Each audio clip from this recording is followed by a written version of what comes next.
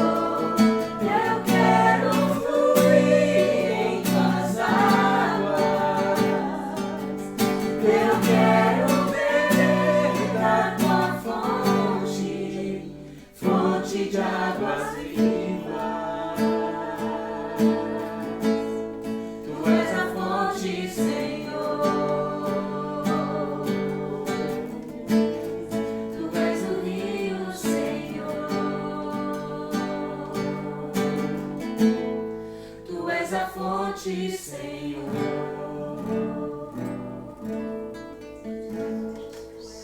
Aleluia, Jesus. Glórias ao teu nome, Senhor Jesus. Aleluia, Senhor. O teu sangue, Pai. É por meio dele que nós temos acesso ao Senhor. Obrigado, Pai, por aquele momento em que o Senhor derramou ali naquela cruz o seu sangue por cada um de nós. Nós não merecíamos, Senhor.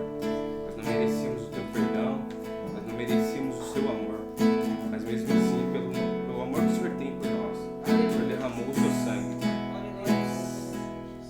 Teu sangue leva-me além, a todas as alturas, onde ouço a tua voz, fala de tua justiça, pela minha vida.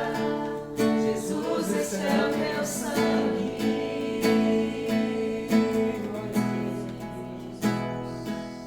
Tua cruz mostra tua graça, fala do amor do Pai, que prepara para nós o caminho para Ele, onde posso me achegar somente pelo sangue.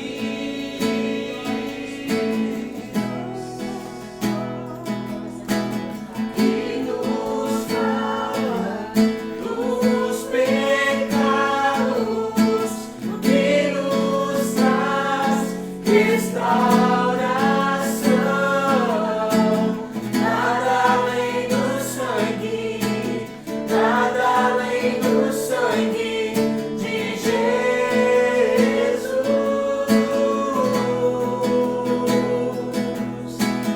Que nos faz brancos como a neve, aceito fomos amigos de Deus. Nada além do sangue, nada além do sangue de Jesus.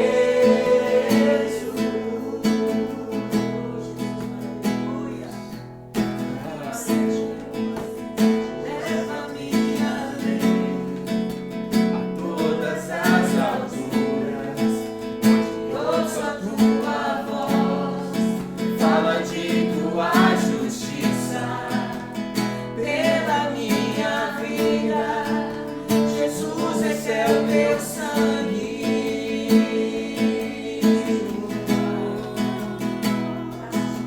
Tua cruz mostra tua graça, fala do amor do Pai, prepara para nós o caminho para Ele, onde posso me achegar somente pelo sangue.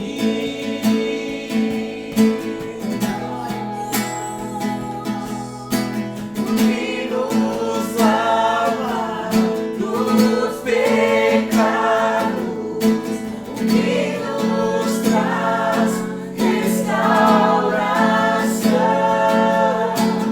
Nada além do sangue, nada além do sangue de Jesus.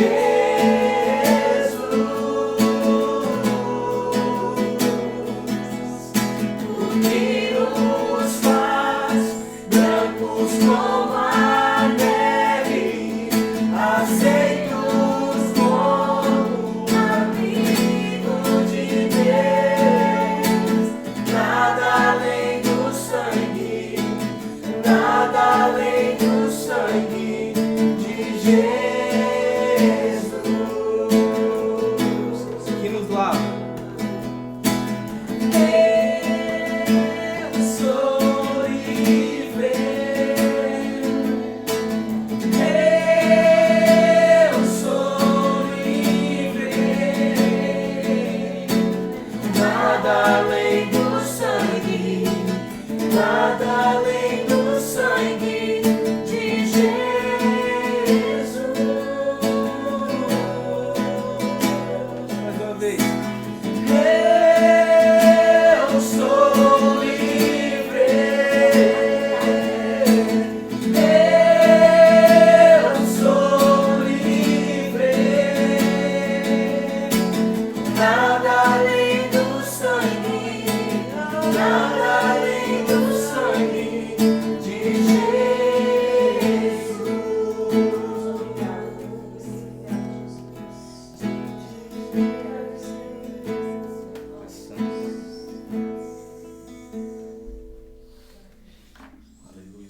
teu sangue, Jesus, nós temos livre acesso ao Senhor.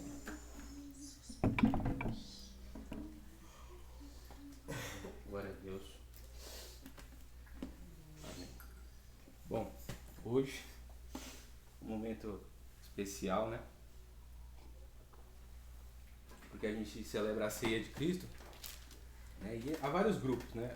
Aos que pegam a ceia, como a Igreja Católica, e espiritualiza demais, né? Dizendo que tanto o pão quanto o sangue se transforma literalmente no sangue e no corpo de Cristo, né? Outros colocam a ceia simplesmente como um simbolismo, né?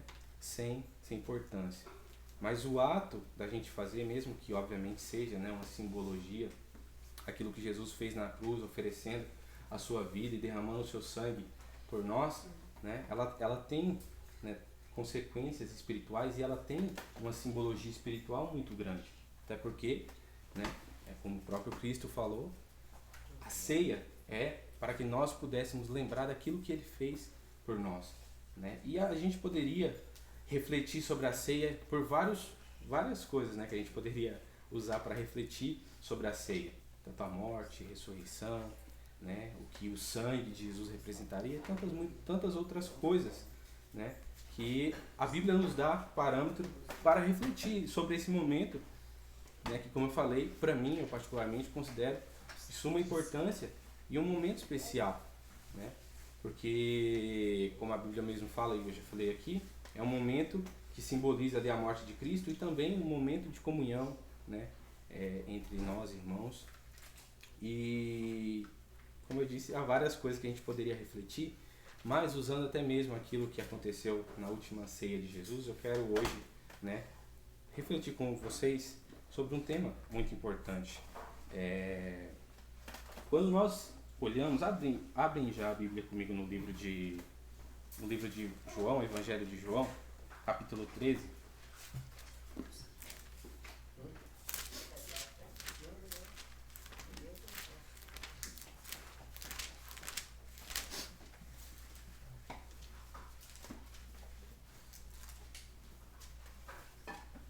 João capítulo 13, do versículo 4 a 8, a palavra do Senhor diz assim: Levantou-se da ceia Jesus e tirou as vestes, e, tomando uma toalha, cingiu-se.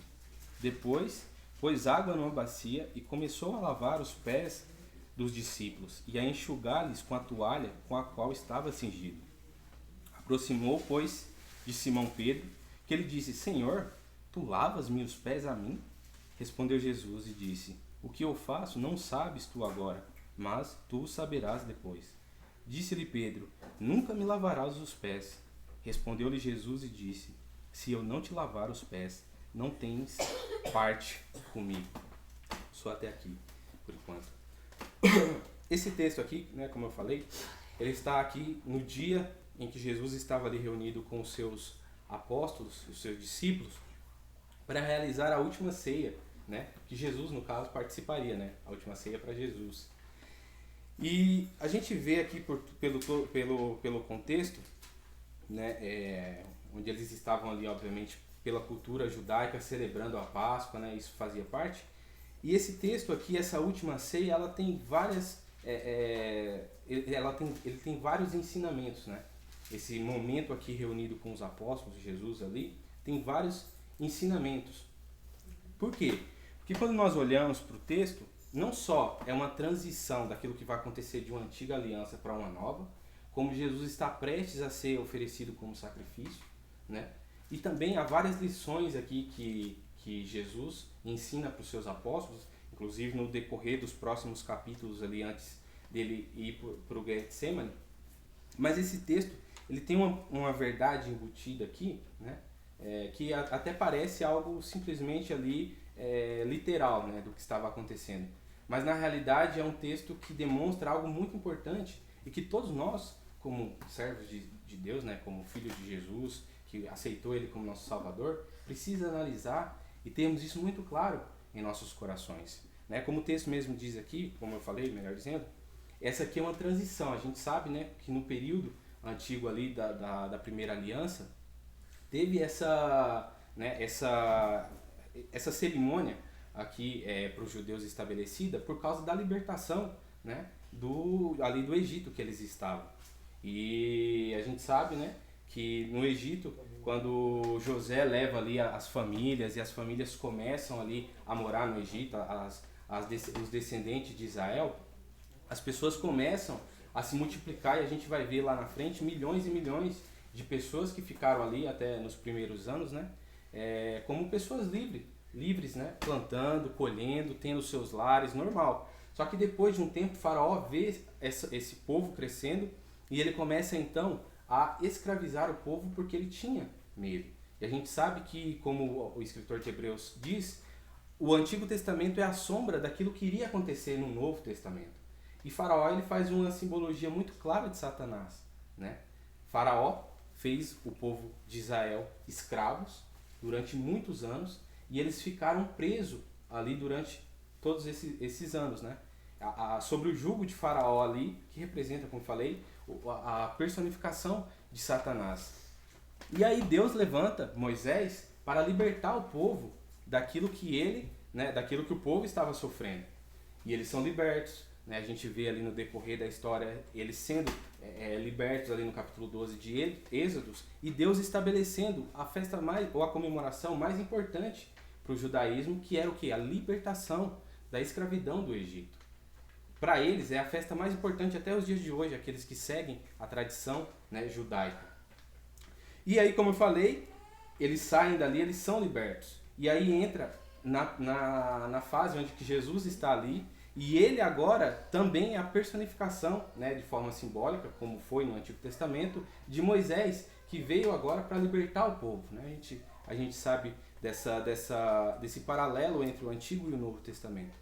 E aqui no capítulo 13, quando Jesus está ali com seus apóstolos, ele está ensinando, ele está tentando passar isso para os apóstolos, de que agora tinha chegado a hora dele e de que o reino dele seria estabelecido. Só que até o momento presente, e não só até o momento presente, mas depois até mesmo da ressurreição de Jesus, os apóstolos, os discípulos ainda não tinham compreendido de forma literal o que Jesus veio fazer. Na cabeça deles, Jesus tinha vindo para fazer com que Roma saísse dali, né? Israel fosse libertada do jugo de Roma e eles pudessem agora ser uma nação novamente independente. E os apóstolos ali, eles estavam dentro dos seus corações crescendo um ego de qual deles seria, né, o maior dentro desse novo governo que Jesus, o Messias, iria estabelecer. Os apóstolos acreditavam, né, claramente ali que Jesus era o Messias, que Jesus era o Filho de Deus, né, como muitos outros textos antes desse acontecimento mostra. Mas eles ainda não tinham compreendido a missão de Jesus. De que a missão de Jesus não estava se referindo a algo simplesmente ali natural, mas de algo espiritual. E só lá na frente, como a gente vê em Atos, que a gente vê a igreja acordando, né, até o capítulo 10 ali, o próprio Pedro é uma pessoa que estava ainda com o coração fechado, acreditando que a salvação era unicamente para os judeus. E esse sentimento dos apóstolos era nítido neste momento aqui. Até porque lá em Lucas, no capítulo 22, o escritor, né, Lucas, o médico, ele descreve melhor esse momento em que Jesus e os apóstolos estavam ali, e ele fala, né, sobre essa briga que teve ali, esse questionamento de qual deles seria o maior dentro do reino, né, dos céus. Agora, antes mesmo de falar sobre esse ponto, eu acho interessante, eu não sei se vocês já pararam para analisar isso, né? Essa ceia aqui, Jesus, ele estava ali reunido, e para Jesus não seria só a última ceia, porque ele morreria, iria para o céu, né, preparar os nossos lugares, para um dia vir nos buscar, e nós participarmos com ele de uma ceia novamente, né? Mas também para Jesus envolvia tantos outros sentimentos, vamos se dizer assim. Paulo fala em Filipenses que Jesus era, né, ele se desfez de toda a sua glória e ele se fez homem, assim como todos nós. Então, Jesus tinha os mesmos sentimentos que todos nós temos. Sentimento de angústia, de tristeza.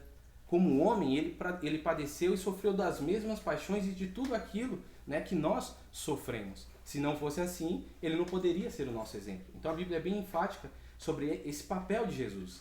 Agora, Jesus, como a gente vê, ele desde criança participando de todos os rituais judaicos ali, com seus pais, imagine Jesus, né, que participou durante todos esses anos da Páscoa.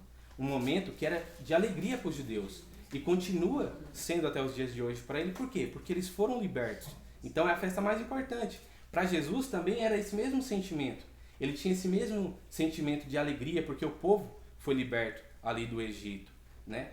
E imagine Jesus em todas as outras ceias, em um momento de felicidade, onde todo mundo se reunia e ele ceava, né, junto ali com seus pais e as outras pessoas de sua família e amigos. E ele foi crescendo dentro disso.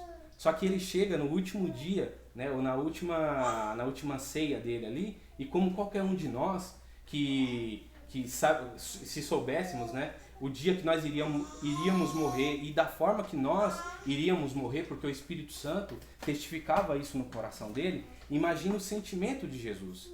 Como eu falei, Lucas deixa isso mais claro no capítulo 22, sobre o sentimento que Jesus estava começando a ter. Por quê? Porque ele sabia que era chegada a sua hora e ele começou a se entristecer, né? No Getsemane, Lucas declara que ele suou sangue de tanta tristeza, de tanta angústia que ele passou naquele momento. Agora, eles estavam ali reunidos e Jesus tinha para si que ele iria morrer. Ele sabia porque o Espírito Santo estava testificando no coração dele. Mas os apóstolos não entendiam isso ainda. Então imagine eles reunidos ali e como todas as outras duas ceias que os apóstolos participaram com Jesus, talvez uma alegria, as brincadeiras e tudo, mas Jesus ali, por mais que talvez não demonstrando isso, mas no seu coração sofrendo, porque ele sofreu, né? Ele mesmo pediu para o Pai que, se possível, tirasse dele, né? Providenciasse uma outra forma do que aconteceu acontecer, né? Porque ele sabia o sofrimento que ele iria passar. Então, Jesus naquele momento ali de angústia, de tristeza, e talvez os apóstolos, como as outras vezes, em um momento de felicidade, de brincadeiras, não percebendo tudo o que estava acontecendo, né? Eu fico imaginando o que passava na cabeça de Jesus, né? Logicamente um sentimento de estou quase concluindo a minha missão, concluindo aquilo que eu vim fazer, mas também como homem, como amigo, vendo todos eles felizes ali e ele com essa angústia, talvez pode ter passado outras coisas também na cabeça de Jesus, no sentido de o que eles vão fazer depois, ou até mesmo, lógico, Jesus compreendia pelo testemunho do Espírito Santo. Eu gosto de ler a Bíblia tentando imaginar cenários daquilo que poderia acontecer, ou daquilo que talvez até mesmo aconteceu, né, no momento ali.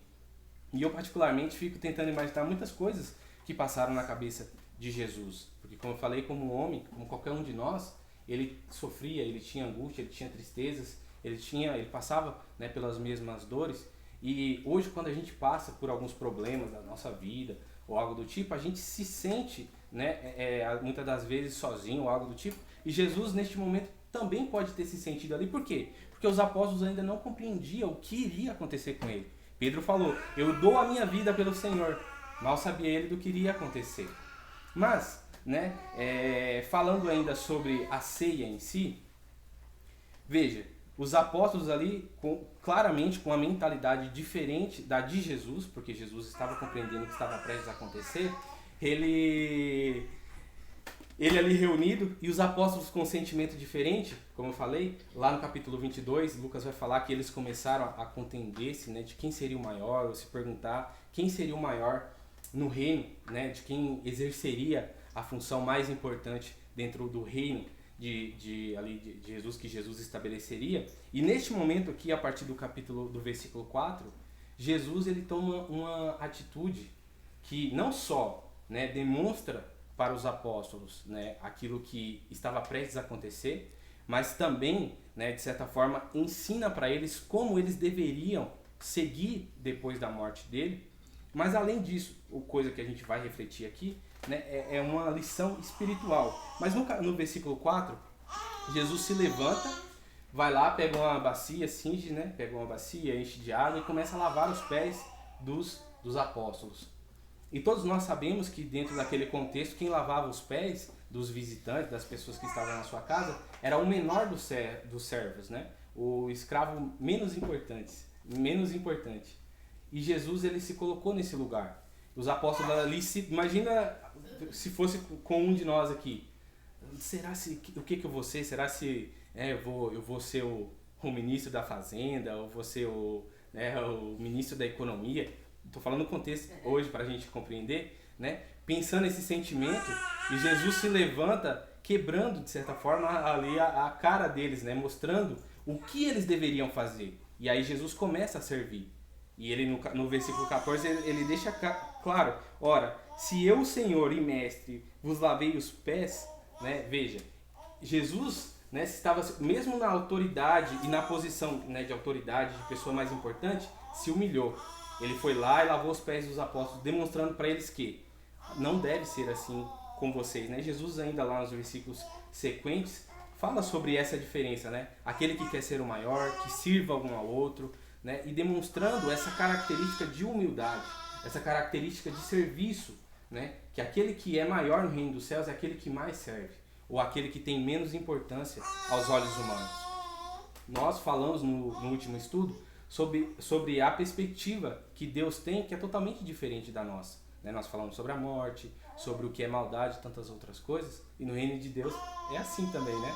Deus considera o mais importante aquele que é o que mais serve, enquanto nós humanos acreditamos que o mais importante, com os nossos olhos carnais, né, é aquele que está sendo servido.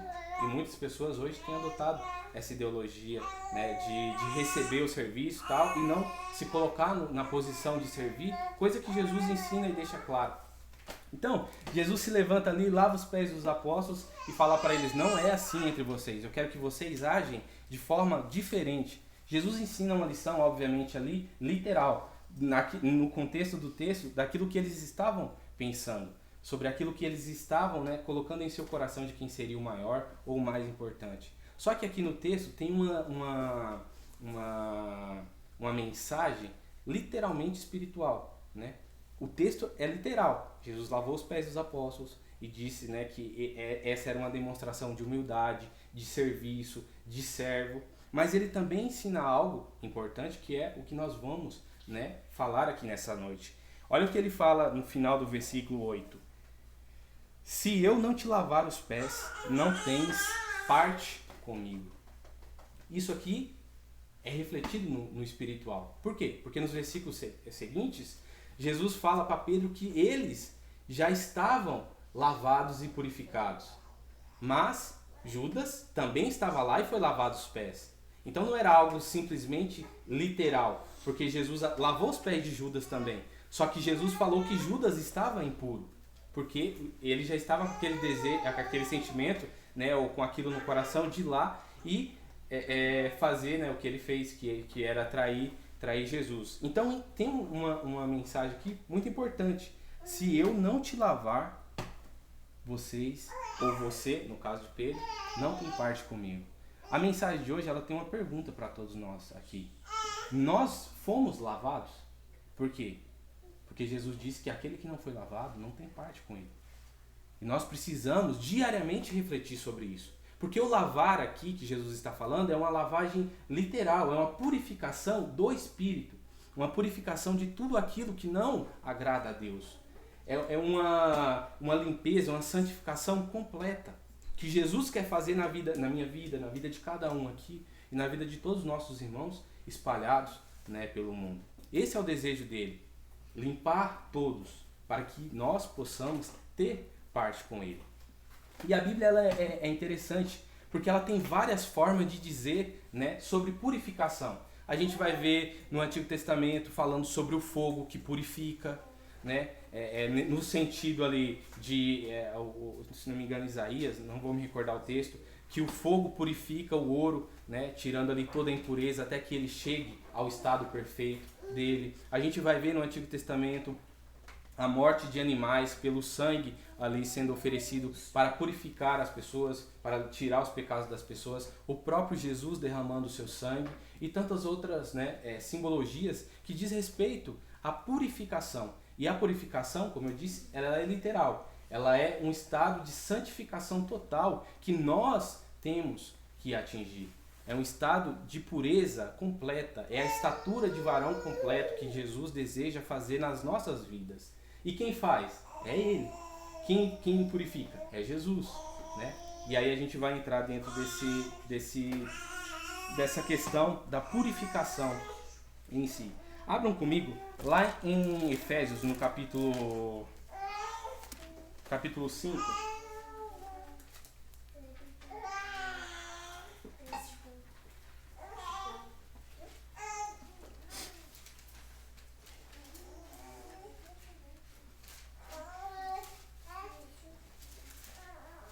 Efésios no capítulo 5, versículo 25.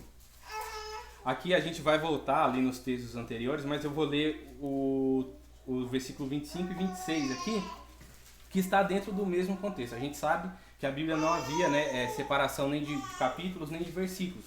Então tudo que está na carta de Efésios aqui para a igreja de Éfeso está dentro de um único contexto, né?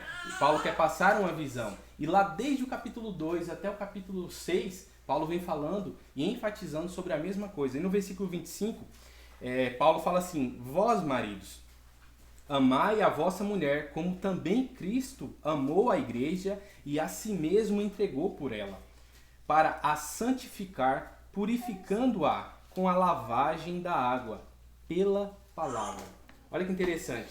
Jesus entregou, aqui Paulo está falando sobre o contexto ali de marido e mulher, né? Que nós, os maridos, temos que colocar, ele fala nos versículos anteriores sobre as mulheres e nos outros versículos que a gente vai ler aqui também, ele está falando sobre outras coisas. Mas eu acho que esses dois versículos me chamou a atenção, por quê? Porque Paulo usa a simbologia daquilo que Cristo fez, né, para falar sobre a vida em si do cônjuge e tudo, e aí ele fala que Jesus se entregou pela igreja, purificando-o para lavar e purificar com água. E aí ele fala, pela palavra. Então, veja, Jesus, o sangue dele é literal. Ele morreu por todos nós. Ele veio oferecer a salvação por todos nós. Mas se fosse só simples assim, o derramar do sangue, pronto, está tudo concluído, como muitos acreditam, né? Acredita que Deus elege aqueles que vão ser salvos e que, por uma vez salvos, você nunca mais vai perder a sua salvação, não importa o que você faça, né? Isso não tem nada a ver. Jesus, ele derramou seu sangue por todos, mas cabe a cada um de nós tomar a decisão de aceitar o derramamento do sangue. Só que a obra purificadora, quando a gente pega as escrituras para analisar o que significa a santificação, nós vamos ver uma santificação progressiva. Ela não acontece literalmente no momento em que você se converte. Por quê? Parece até teologia da natureza pecaminosa, né? Que você não tem como ser santo. Mas não, muito pelo contrário. Demonstra exatamente o que é literal. Que é o quê? Nós recebemos Jesus como nosso Salvador. Mas para que a purificação aconteça, para que a santificação aconteça, isso acontece em períodos, né, progressivos. Por quê? Porque é a palavra que nos lava, é a palavra que vai nos purificando. Até o momento em que nós chegamos à estatura de varão perfeito. A gente estudou no último, não lembro qual, mas sobre Efésios 4, 11, que fala sobre os ministérios e qual a importância dos ministérios. Para quê? Para a edificação do corpo, até que todos cheguemos à unidade da fé, do conhecimento do Filho de Jesus, né, de Deus, até que todos cheguem à varonilidade de Cristo, à estatura de varão perfeito, para que todos nós realizemos a obra do Senhor. Então, há uma progressividade na santificação e na purificação. E isso, né, a gente precisa entender e até mesmo trazer essa nossa responsabilidade. Porque, como eu falei, Jesus morreu sim por nós. Efésios 2, dois capítulos anteriores, Paulo deixa claro que a graça, ela nos é disponibilizada de graça mesmo, né? Não vem pelas nossas obras para que nós não nos vangloriemos. Mas a graça, ela só é alcançada por meio da fé. Então envolve com toda certeza o morrer de Jesus na cruz para nos oferecer o perdão, como também envolve a nossa parte de ter fé, de acreditar e de buscar esse crescimento, né, para que nós possamos então desfrutar de tudo aquilo que Jesus fez conosco. E antes da gente ler Efésios aqui, né, que vai girar mais em torno aqui de Efésios, eu quero, né, trazer, isso é uma coisa que eu tenho nos últimos meses, não só refletido, mas também colocado, né, em prática na minha vida, que é o que? Como que eu posso dizer? A reflexão diária daquilo que eu sou. Jeremias, no capítulo 17, versículo 9, diz que o coração é o mais enganoso de todos. Quem pode confiar nele? Mas parece contraditório, porque a Bíblia fala que é do coração que flui águas vivas, né? Que é do coração que flui a vida e tantas outras coisas. Não seria pelo nosso coração que nós seríamos guiados? Né? A boca fala daquilo que o coração está cheio. Nós somos aquilo que o nosso coração está cheio. E aí entra dentro de uma questão muito importante, que é o quê? A reflexão diária. Mas como refletir se o nosso coração ele é enganoso? Jeremias falou que o nosso coração é enganoso, no sentido literal, quando ele estava falando para o povo, né, para os hebreus ali, que ninguém poderia confiar no seu coração.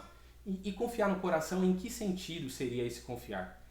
Todos nós aqui, não é um julgamento, eu falo por mim mesmo, todos nós aqui, em algum momento da nossa vida, nós mentimos para nós mesmos. De coisas que a gente achava que a gente era, ou que a gente acha até que a gente é, mas que na realidade a gente não é. Por quê? Porque a gente ilude através do quê? De onde vem esse sentimento? De onde vem essa convicção? Do nosso coração. O nosso coração muitas das vezes pode nos enganar. E aí é o que nos leva a perceber que nós não podemos confiar literalmente no nosso coração. Lógico, tem uma forma de confiar no nosso coração e a gente já vai ler, né? Mas a reflexão, né, o refletir diariamente sobre as coisas que estão no nosso coração, sobre as coisas que nós estamos fazendo, se agrada a Deus ou não, a gente precisa fazer diário. Abre comigo no livro de Provérbios, capítulo 4. Eu não gosto muito de ficar andando por vários textos, mas como é um tema, né, de certa forma envolve vários textos para a gente coisar, para a gente analisar, eu acho importante a gente ler esse texto que fala exatamente sobre essa questão do coração. Provérbios no capítulo 4, Salomão está escrevendo, ele começa do versículo 1, a gente vai ler todo o capítulo. Ouve, filhos, a correção do pai, e estai atentos para conhecerdes a prudência. Pois dou-vos boa doutrina, não deixeis a minha lei. Porque eu era filho do meu pai, tenro e único em estima diante da minha mãe. E ele ensinava-me e dizia-me, retenha as minhas palavras no teu coração, guarda os meus mandamentos e vive.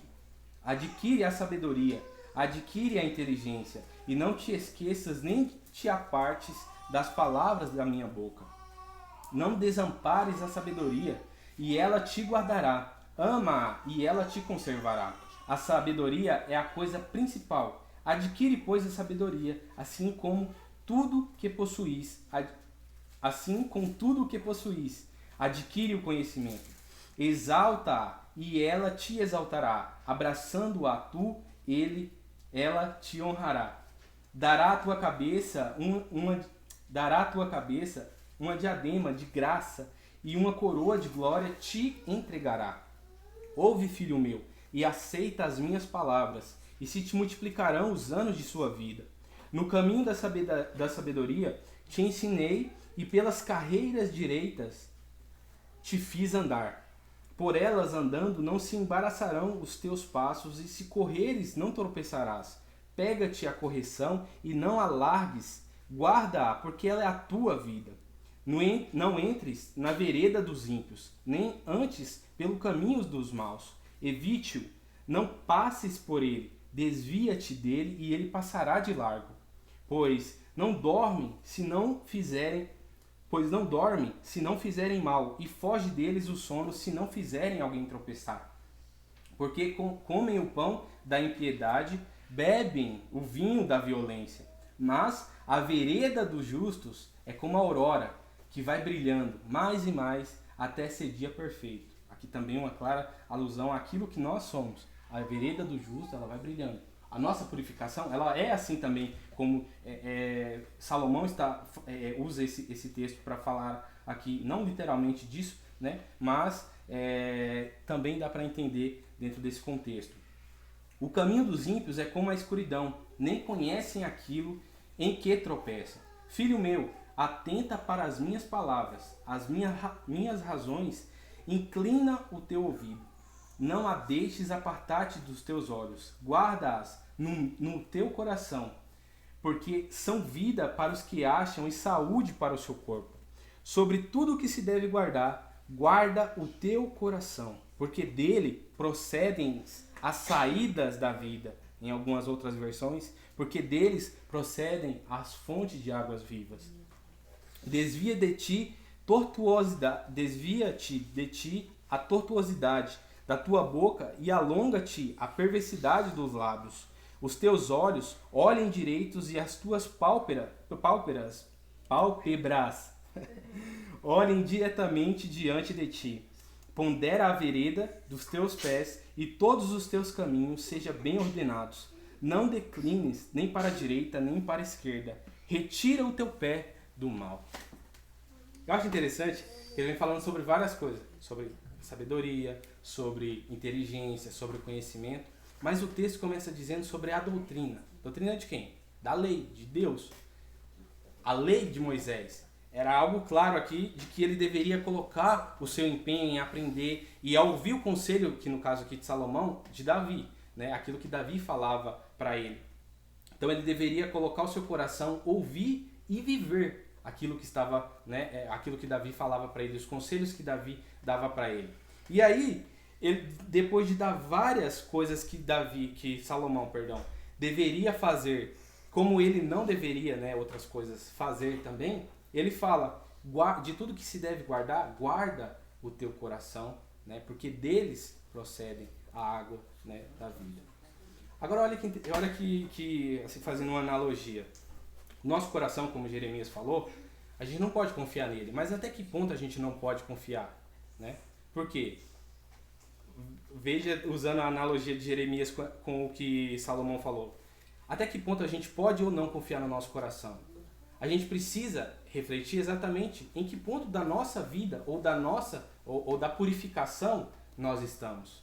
Nós já chegamos à estatura de varão perfeito? Nós já estamos na estatura que Cristo deseja que todos nós cheguemos? Ele já nos lavou, né, da forma completa que Ele deseja fazer? São coisas que a gente precisa analisar, coisas que a gente vive. Por quê? Porque, como a gente vê lá Paulo falando, se a gente não chegar à estatura de varão perfeito, a gente pode ser influenciado por vento de doutrinas, por coisas que são contrárias às palavras de Deus. E muitas das vezes, mentiras que podem parecer verdades para nós, podem nos desvirtuar ou nos fazer desviar, até mesmo usando o texto aqui, desviar dos caminhos do Senhor. E aí o que Davi fala para Salomão? Atente os teus olhos, os teus ouvidos para as coisas de Deus, para a doutrina de Deus, por aquilo que eu tenho instruído você, para que você não se desvie dos caminhos do Senhor, para que você esteja sempre andando em retidão, passe longe da impiedade, passe longe daquilo que é mal aos olhos do Senhor. De tudo que deve guardar, guarde o seu coração. Então, nós precisamos fazer uma pergunta sincera para nós. E aqui eu falo por experiência própria. Nós já chegamos a isso? A essa estatura, a esse conhecimento pleno? A gente vai voltar lá em Efésios para falar um pouco mais sobre isso. Que coisas, né? Coisas que podem acontecer que nos desvirtua ou faz com que nós não sejamos participantes dessa lavagem completa. Como eu falei, a lavagem ela é progressiva. E Paulo falou que a lavagem que Cristo faz é por meio da palavra, né? E essa plenitude seria o que a varonilidade perfeita, né? Vamos voltar lá em Efésios para dar um pouco mais de embasamento no que eu estou falando, para não ficar uma coisa parecendo heresia, né?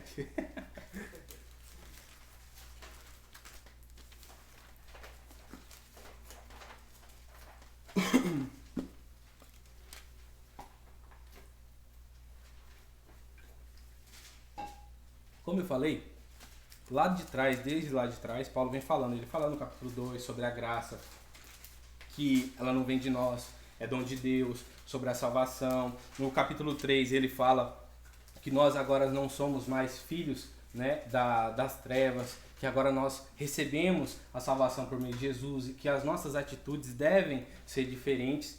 E ele entra no capítulo 4, como a gente já estudou, não vou ler os primeiros versículos aqui, e fala que Jesus, depois de morrer e ressuscitar, ele repartiu dons aos homens, visando o aperfeiçoamento dos santos, até a varonilidade perfeita, para a obra do ministério, né, para que nós não sejamos levados por vento de doutrina e enganação, até que todos nós cheguemos à unidade da fé e a estatura completa. Para quê? Para que haja uma edificação no corpo de Cristo, porque ele fala, né, até que todos cheguemos, né, a estar ligados pelas juntas e medulas.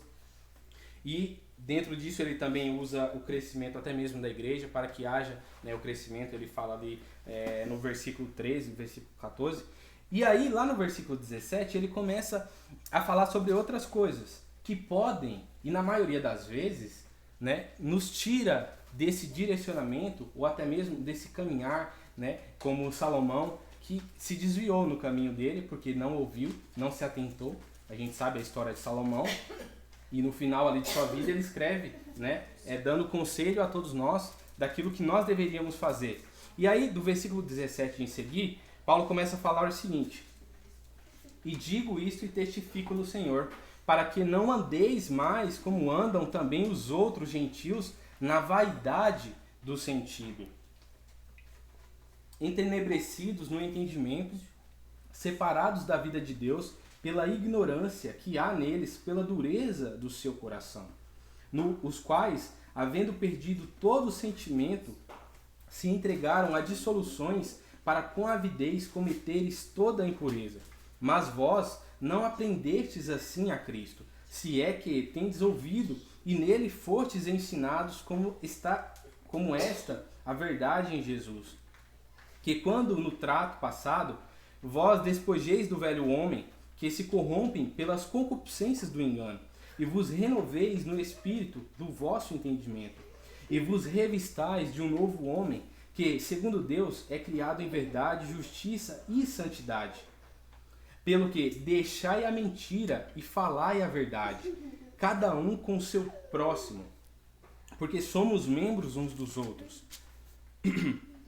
Irai-vos e não pequeis, não se ponha o sol sobre a vossa ira. Não dei lugar ao diabo. Aquele que furtava não furta mais, antes trabalha, fazendo com as mãos o que é bom, para que tenha o que repartir com o que tiver necessidade. Não saia da vossa boca nenhuma palavra torpe, mas só a que for boa para promover a edificação para que dê graça aos que ouvem. E não entristeçais o Espírito Santo de Deus, no quais estáis selados para o dia da redenção.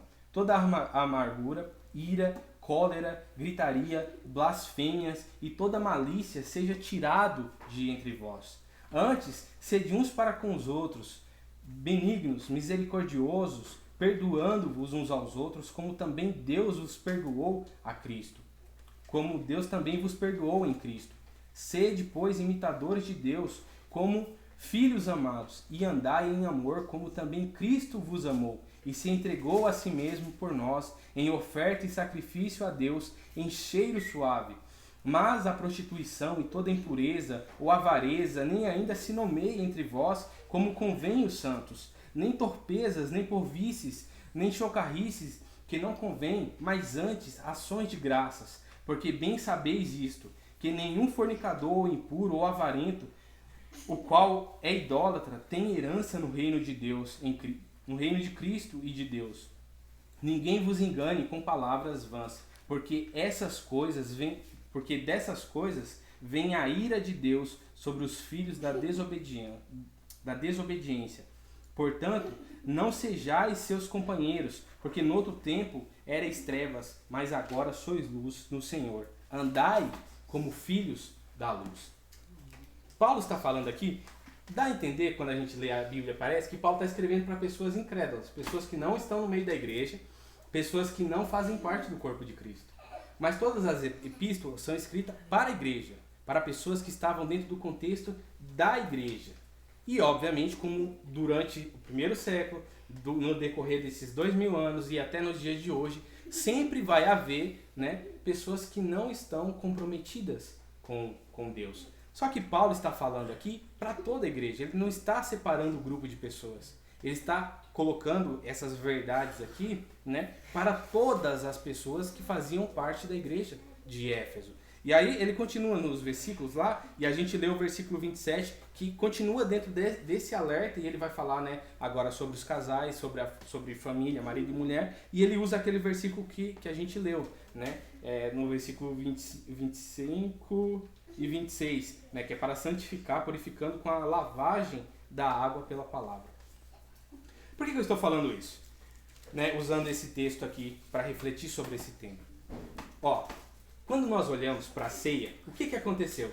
Jesus foi lá, lavou os pés e, como eu falei, Jesus disse, vocês já estão puros, né? Foi o que ele falou para Pedro nos versículos sequentes lá. Vocês já estão puros.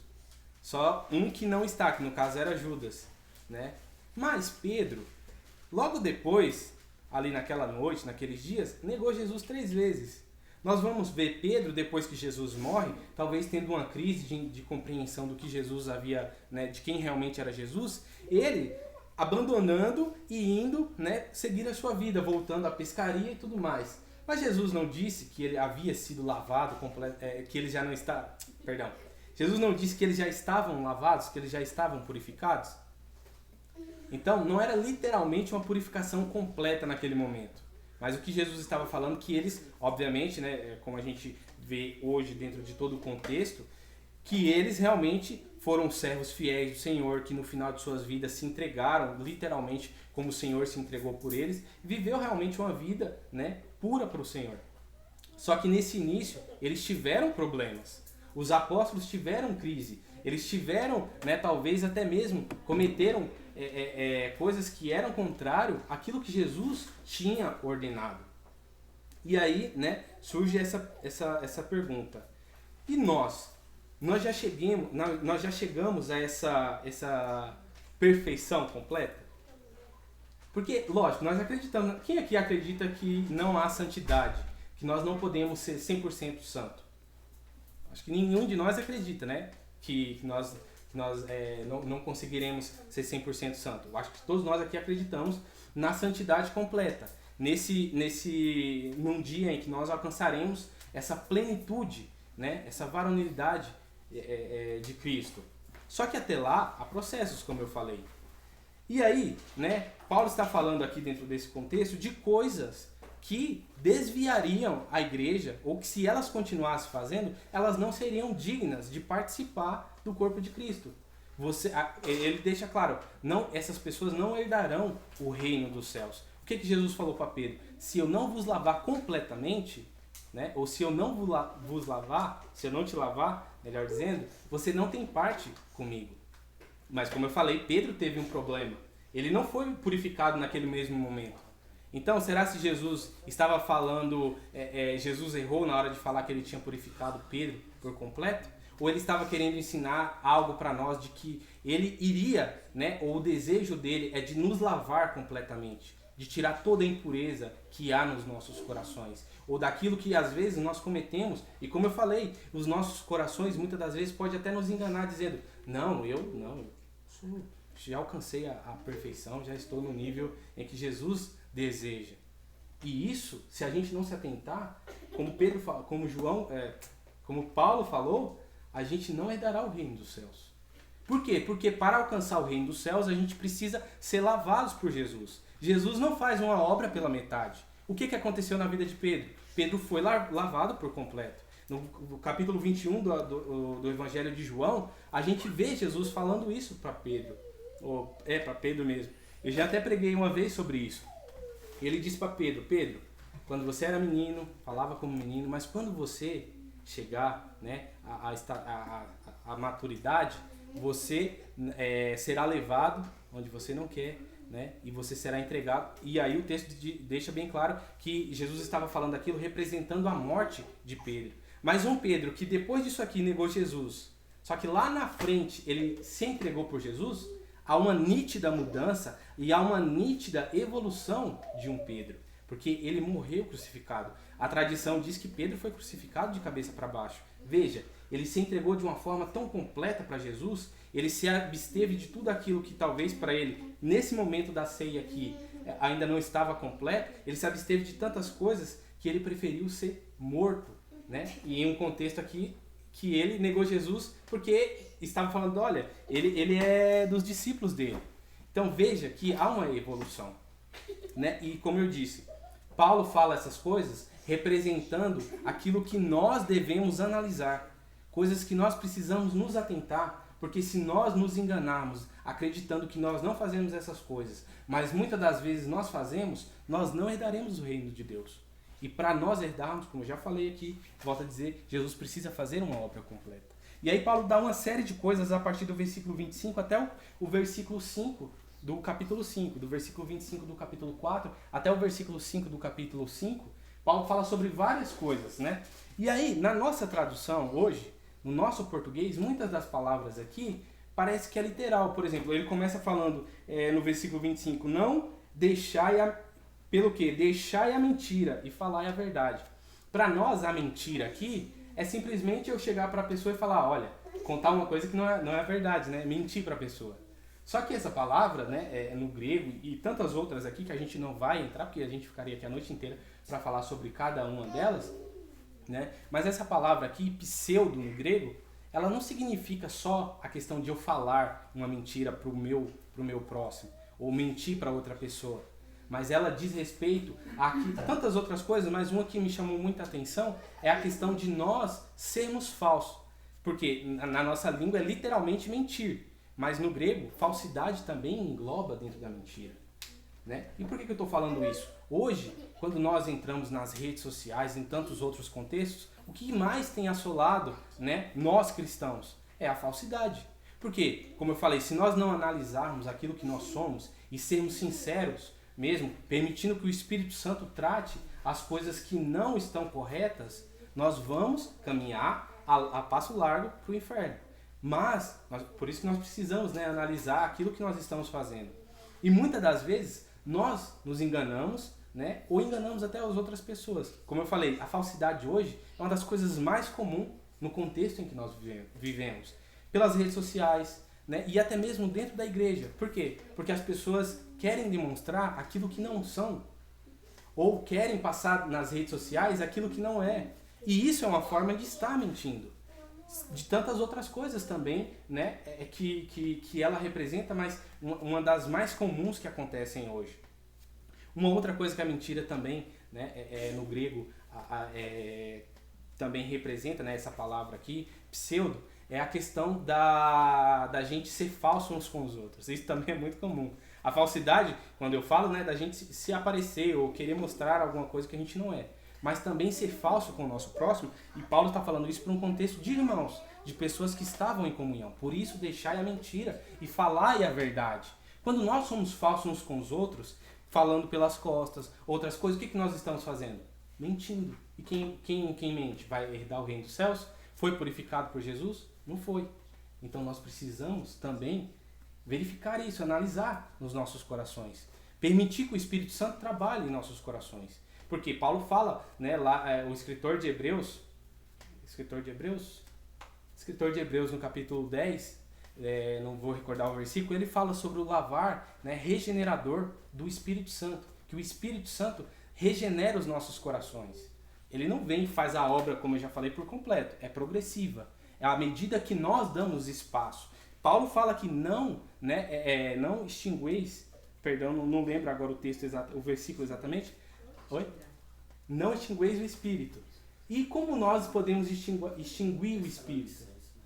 É verdade, Tessalonicenses, capítulo 5, 2 Tessalonicenses, capítulo 5. Ele fala, não extingueis o Espírito. Como nós podemos extinguir o Espírito? Em que sentido?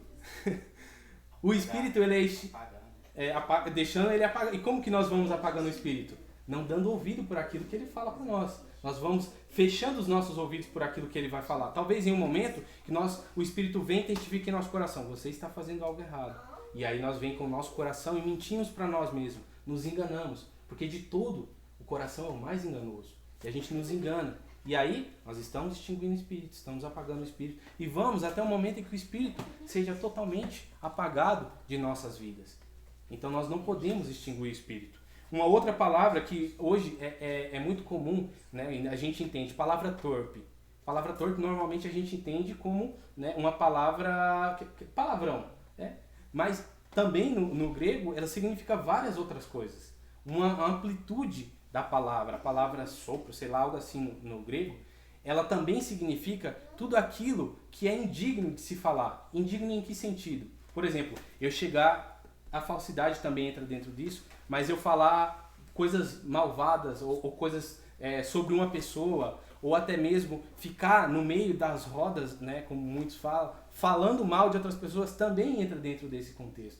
E aí a gente, né, na nossa língua, acredita que palavra torpe é simplesmente falar um palavrão.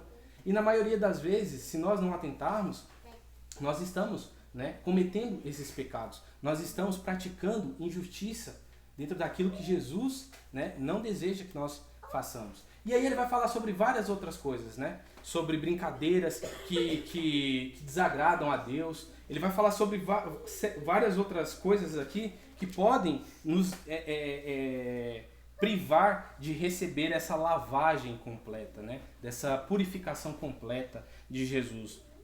Uma outra palavra aqui que na maioria das vezes a gente também, né, pega ela e tira fora do contexto, é a palavra blasfêmias, né? Quando nós usamos blasfêmia no contexto bíblico, nós estamos falando sobre blasfemar contra o Espírito, blasfemar contra Deus, coisas do gênero. Mas no contexto aqui, blasfêmia é coisas também que a gente fala sobre o outro, né? Ou mente sobre o outro. Então veja, há várias coisas que essas palavras englobam aqui: falsidade, falar mal um do outro, né? Falar coisas que não devem. E aí Paulo ele vem falando sobre essas coisas e sempre falando: não façais isso, façam isso, né? Não se nomeiem essas coisas no meio de vocês. Antes, o que se nomeia no meio de vocês são coisas para edificação, né? E tantas outras coisas que ele vai falar, que a gente não vai entrar em todas. Mas por que eu estou falando isso, né? Porque hoje nós vamos participar da ceia aqui, né? Simbolicamente, o pão e o vinho representam o corpo e o sangue de Jesus.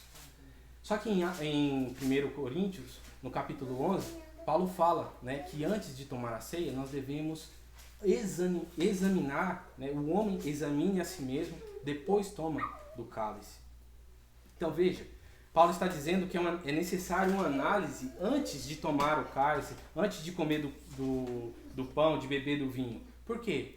Porque se nós fizermos isso, né, de forma errada, ou estando em condenação, ou fazendo coisas que não agradam a Deus, nós estamos comendo indignamente e para a nossa própria condenação. Por que indignamente? Porque é uma falsidade a gente chegar aqui e comer do pão, beber do vinho, sendo que a gente não compartilha daquilo que Jesus é, daquilo que Jesus quer para todos nós.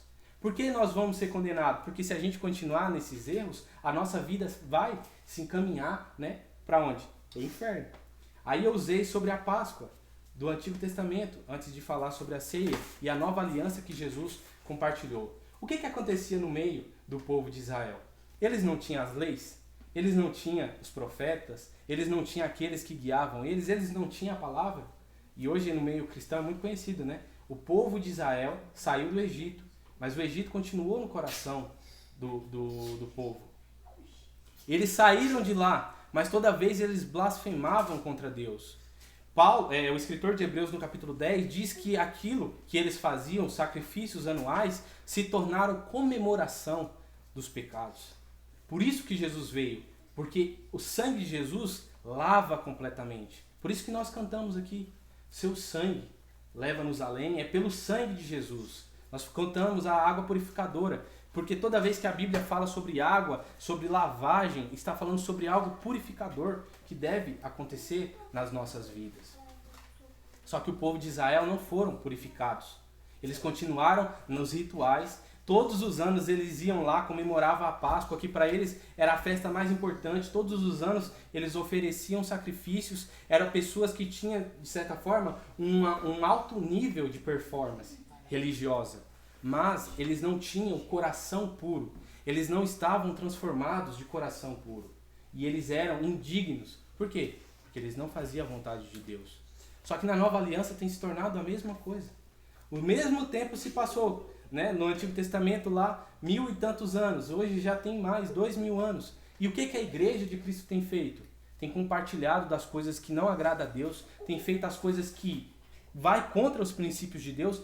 Tem extinguido o Espírito e não tem permitido que Jesus lave o coração e a vida deles por completo, para que eles possam alcançar a santidade por completo. E isso tem se tornado o quê? Performance religiosa. Todo domingo nós estamos, ou aqui, ou no culto, né, na maioria do contexto, nós estamos nos cultos, participando da ceia, nós estamos nos outros cultos, mas o nosso coração não foi limpo de verdade. Então nós temos atitudes que demonstram uma coisa que no nosso coração é mentira. E nós vamos escolher o quê? A morte espiritual. Como o Salomão disse, que dos nossos corações fluem rios de água viva. Mas nós estamos permitindo Jesus ser o rio, ser a fonte do nosso coração? Porque como nós vamos permitir que Jesus entre no nosso coração de uma forma completa? Dando ouvido à palavra, praticando a palavra, vivendo aquilo que a Bíblia nos ensina, deixando as coisas, como Paulo falou, que antes, como gentios, como pessoas que andavam em trevas, fazíamos. Nós precisamos enxergar que agora nós fomos curados, nós fomos sarados. O batismo não serve para isso? Quem não nascer da água e do Espírito não pode entrar no reino dos céus. O batismo significa o quê? A lavagem completa, um renascimento, uma renovação. O batismo no Espírito Santo significa o quê? O lavar regenerador. Então nós precisamos não só ter uma atitude, uma postura que aparenta ser aquilo que agrada a Deus, mas realmente permitir que Jesus entre nos nossos corações. Quando eu vejo uma declaração dessa, de que se nós não permitirmos Jesus entrar nos nossos corações e nos lavar, eu tento imaginar um rio grande, né? E no decorrer desse leito de rio, muitas pessoas têm pedaços de terra, pedaços desses rios. E alguns vão lá dentro desse rio e constroem uma barreira de água, né? Uma barreira para construir ali, para parar essa água, né? E isso interfere no correr do rio, que as águas continuem indo. Nós, quando não permitimos Jesus entrar nos nossos corações e não permitimos que Ele transforme os nossos corações, nós estamos criando barreira, não só para nós, porque nós já vamos estar, né, de certa forma, condenados, mas nós estamos impedindo que essas águas, que esse rio vivo, chegue às outras pessoas. Porque não é isso que Jesus nos ensina? Sede meus discípulos. E vai lá, prega o Evangelho, viva o Evangelho, ganhem outras pessoas para mim, para que eu também possa lavar os corações dele. Qual foi a missão que nós recebemos como igreja? Pregar o Evangelho. Mas primeiro nós precisamos ser curados, nós precisamos ser lavados, nós precisamos deixar Jesus entrar em nossos corações e fazer a obra completa. Porque o que lava os nossos corações, como Paulo falou, é a palavra de Jesus. E tudo aquilo que nos ensinou é uma forma de nós permitirmos nós sermos lavados, né? Nós sermos aí regenerados. Como eu falei, hoje nós vamos participar da ceia. Jesus morreu por nós, nós cantamos sobre o sangue de Jesus, sobre águas purificadoras, nós falamos sobre isso aqui. E aí, mais uma vez, eu faço a pergunta do início. Nós fomos lavados? Nós estamos lavados? Nossos corações estão lavados? De tudo que se deve guardar, guarda o coração, porque é dele que procede a água viva. E se nós comermos, como Paulo fala, indignamente, do cálice, do pão, nós estamos comendo para a nossa própria condenação. Mas, nesse momento aqui, talvez no meu coração, coração de alguém, também tem esse sentimento, não, eu realmente não tenho permitido Jesus entrar e lavar o meu coração por completo. Nós precisamos, neste momento, né, como Paulo falou, o homem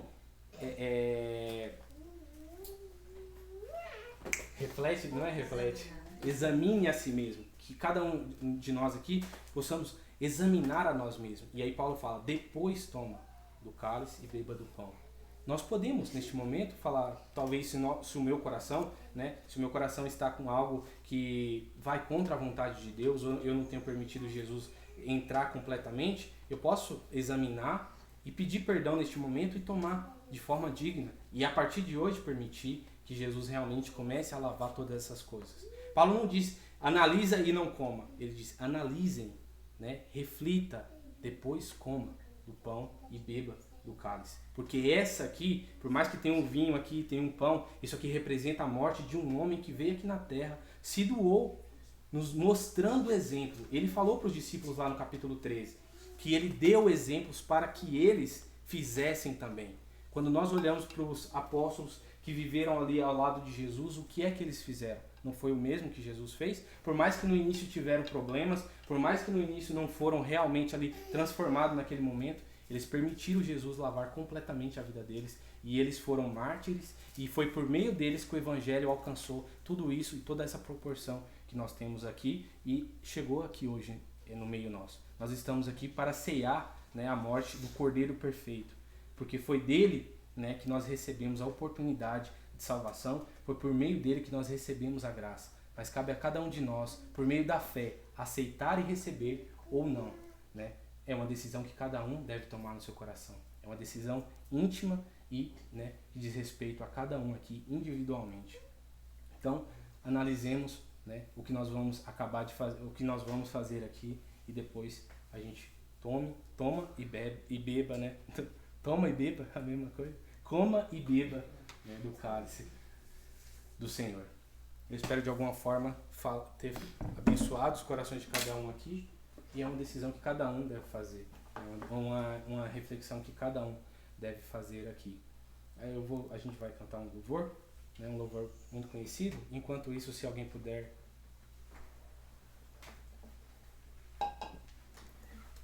Esse louvor a gente canta ele todas as vezes que a gente faz a ceia, mas como a palavra de Deus se renova a cada dia, as nossas declarações também devem se renovar dia após dia. E que a música que for cantada aqui, o louvor que for entoado aqui, não seja simplesmente palavras, mas que seja realmente, né, um entendimento daquilo que foi feito por nós. Eu sei que foi pago um alto preço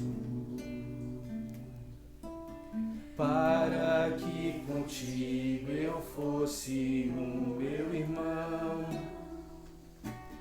Quando Jesus derramou sua vida, ele pensava em mim, ele pensava em mim, pensava em nós. Eu sei que foi pago um alto preço para que contigo eu fosse o meu irmão. Quando Jesus derramou sua vida, ele pensava em ti, ele pensava em mim, pensava em nós, e nos via redimidos por teu sangue, lutando um bom combate no Senhor, lado a lado trabalhando, sua igreja edificando e rompendo as barreiras pelo amor. E na força do Espírito Santo nós proclamamos aqui que pagaremos o preço de sermos um só coração do Senhor. E por mais que as trevas militem e nos tentem separar, com os nossos olhos em Cristo, unidos iremos andar, unidos iremos andar, unidos iremos andar. Oh, aleluia, Jesus. Bom, eu acho que tudo aquilo que deveria ser falado já foi falado. Acho que os irmãos podem ficar à vontade para orar, ou se já quiserem tomar, pode ficar à vontade também.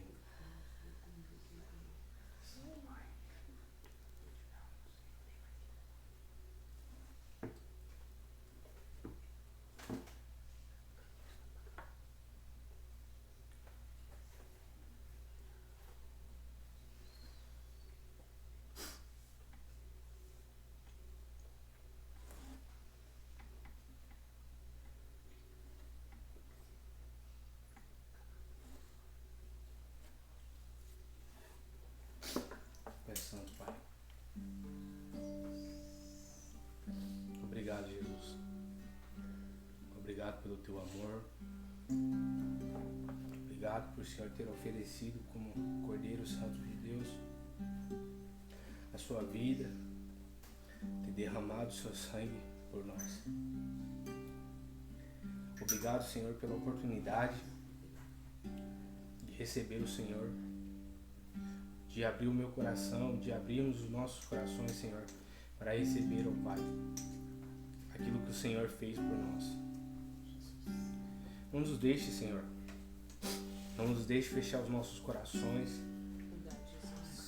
para que nós não venhamos, Senhor, nos perder e não participar da ceia que o Senhor irá fazer para toda a sua noiva, para toda a sua igreja. Nos ajude, Jesus. Permita que os nossos corações sejam limpos. Nos ajude, Senhor, a viver aquilo que o Senhor deseja. Que tudo aquilo que não te agrada seja tirado dos nossos corações, meu Pai. Que os nossos corações sejam como um rio de águas vivas que possa alcançar outras pessoas.